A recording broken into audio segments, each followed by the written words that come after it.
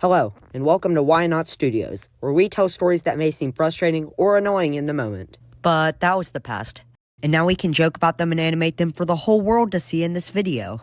This story personally happened to me, Braxton, and takes place in Minnesota. Okay, to be honest, that was a lie. It really happened in the Atlanta International Airport, or at least it starts there.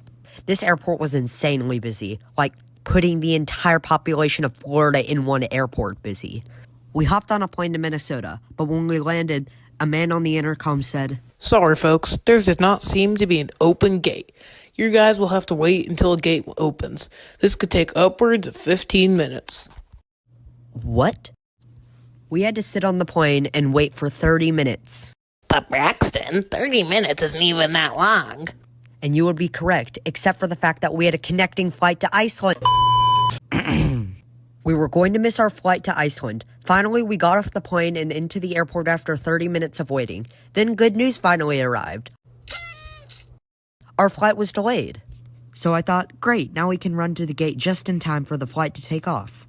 And you would think that the rest of the trip would be fine and dandy. But it turns out the opposite is true, because even though it was helpful that our flight to Iceland was delayed, it stayed delayed the rest of the day until the flight was canceled. Then we waited in a customer service line for them not to be able to do anything. So we came back the next day and got into another line for finally some good news. Your flight was rescheduled to a later date. The next day we just waited at the gate for the flight to come. Then the pilot entered and just talked with the man for what seemed like an hour at the gate until the man said, "Sorry, we are short of flight attendants right now, and the flight must be canceled." So we just went back to a hotel and played board games the rest of the night. We ended up just going straight to London, which we were going to do after our trip to Iceland, but oh well.